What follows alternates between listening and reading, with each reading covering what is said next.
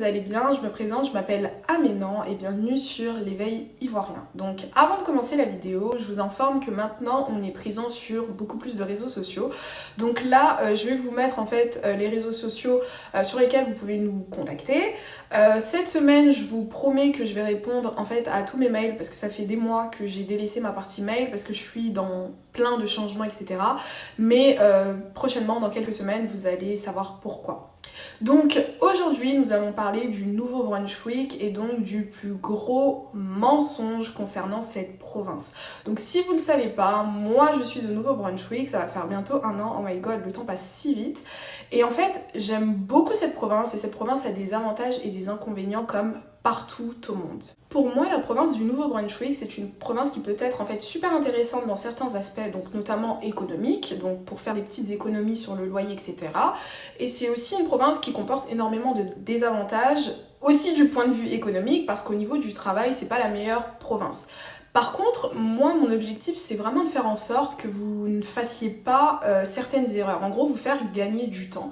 Parce qu'il y a énormément de personnes qui viennent au Nouveau-Brunswick et qui n'arrivent même pas à rester 1 an en entièreté, voire 2 ou 3 ans, tellement ils sont venus pour les mauvaises raisons. Et donc là, le plus gros mensonge par rapport à cette province, c'est de réellement croire que c'est une province bilingue. Sur le papier, la province du Nouveau-Brunswick est la seule qui est 100% bilingue du Canada. Donc lorsqu'on entend ça, on se dit alléluia, c'est super bien, c'est la seule province qui met en pratique le principe donc du bilinguisme prôné par le Canada. Mais en réalité, lorsqu'on prend les statistiques, que ce soit Statistique Canada ou autre, on se rend compte qu'au Nouveau-Brunswick, il y a entre 65% et 70% de la population qui parle uniquement anglais.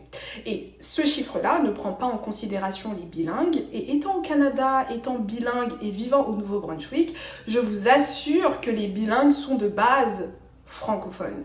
Nous sommes francophones les amis et je pense que tous les francophones de cette planète peuvent se réunir autour d'un verre et confirmer que le français est l'une des langues les plus difficiles à apprendre. Et c'est exactement le cas au Nouveau-Brunswick. C'est-à-dire que dans la province, il y a des Acadiens. Donc les Acadiens, ce sont les francophones du Nouveau-Brunswick. Donc ce sont des natifs du Nouveau-Brunswick, un peu comme les Québécois au Québec.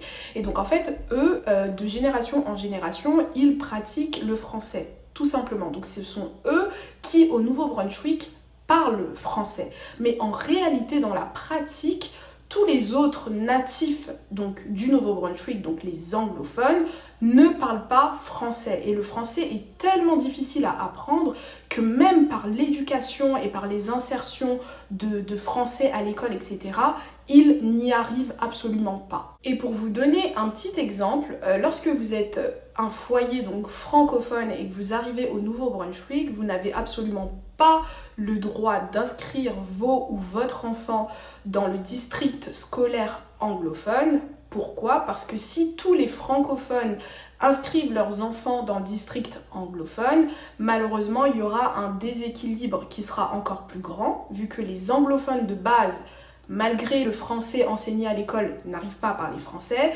Si les francophones qui, eux, grâce au cursus d'anglais imposé à l'école, arrivent à quand même se débrouiller en anglais, si ceux-là partent dans le district anglophone, bien évidemment, il n'y aura plus personne qui va parler français dans le Nouveau-Brunswick. Donc je ne sais pas si j'ai été assez claire, mais je vous donne mon exemple. Moi, quand je suis arrivée au Nouveau-Brunswick, je voulais que ma fille soit dans le district anglophone parce que je partais du principe qu'à la maison, elle allait parler français, logique.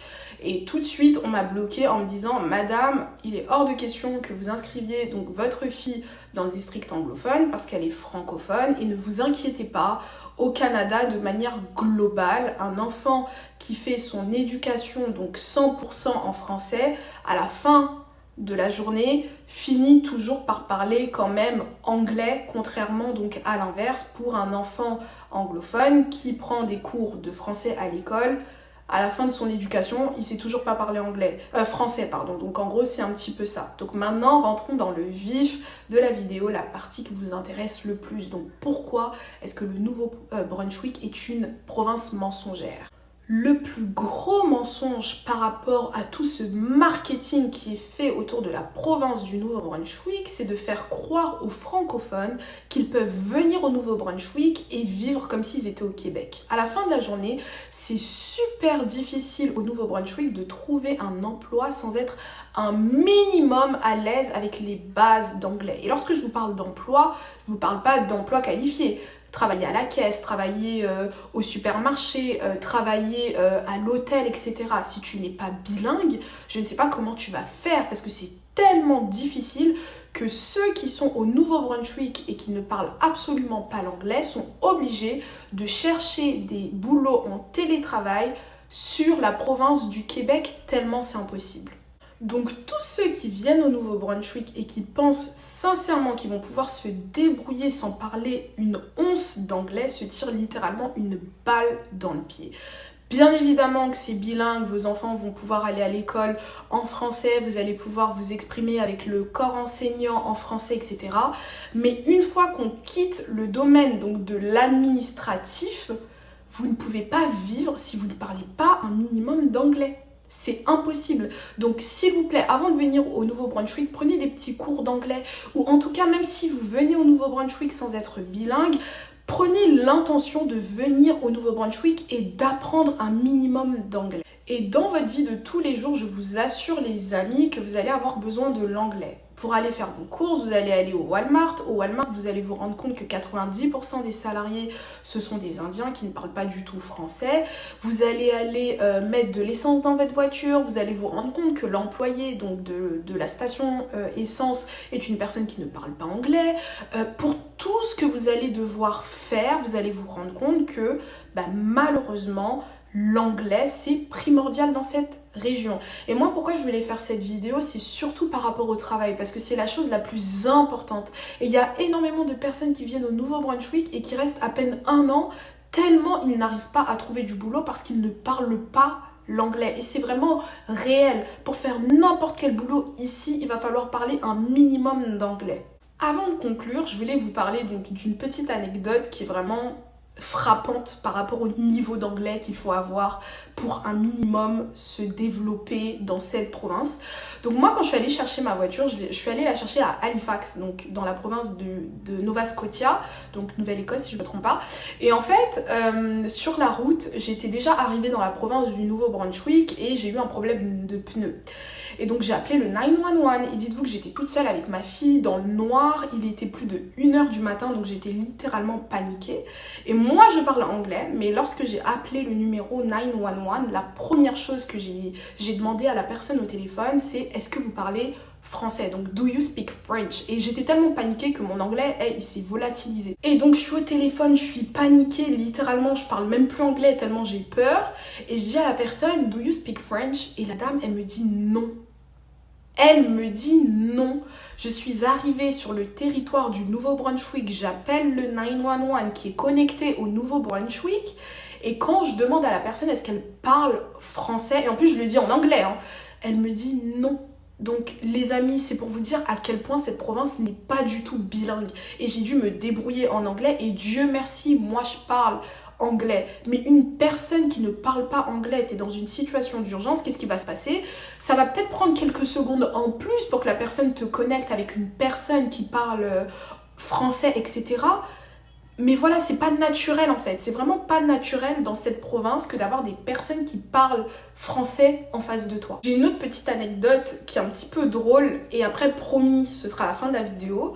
Mais dites-vous que moi dans mon travail, on m'a embauchée en tant que personnel bilingue. Donc c'est tant mieux. Mais par contre, au Nouveau-Brunswick, c'est tellement difficile de trouver des personnes bilingues dans les emplois, etc.